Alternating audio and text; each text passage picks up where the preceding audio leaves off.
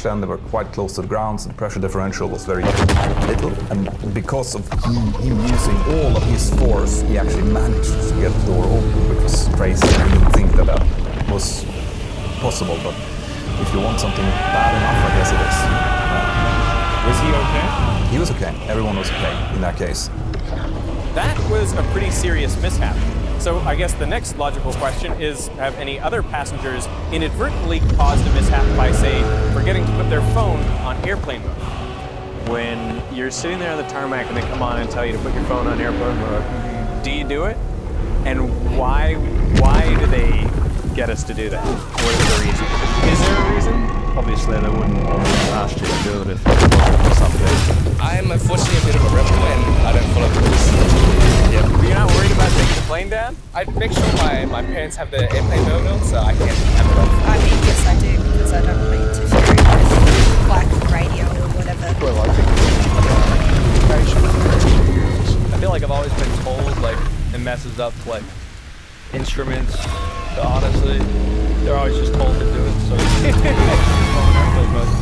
In 1961, the Federal Aviation Administration, or FAA, found that some portable FM radios could interfere with plane navigation systems since they used neighboring radio bands.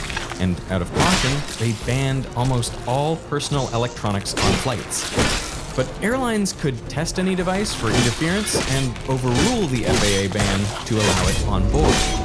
Any device that is, except a phone, because another organization has jurisdiction over phones, and that's the Federal Communications Commission, or FCC. See, a phone on the ground with buildings and hills around it can usually only see 1 or 2 cell towers at the same time.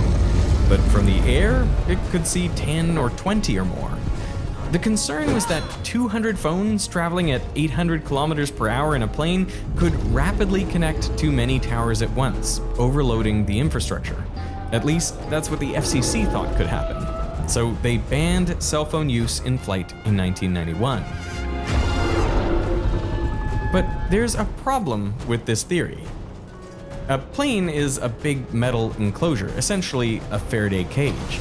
So it should block almost all electromagnetic signals. That's why plane antennas are located on the outside. Your phone signals can only escape through the windows, which means they go horizontally out the sides of the plane, so they would have to travel long distances before reaching the ground.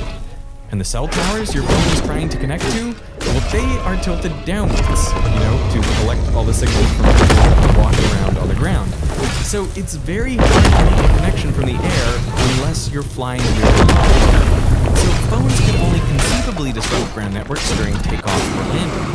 And the FCC never even tested if this was the case.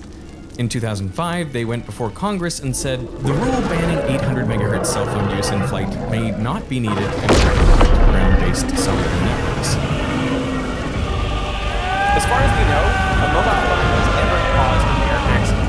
All airplane mode does, for sure, is save your battery life. So why are these rules still around?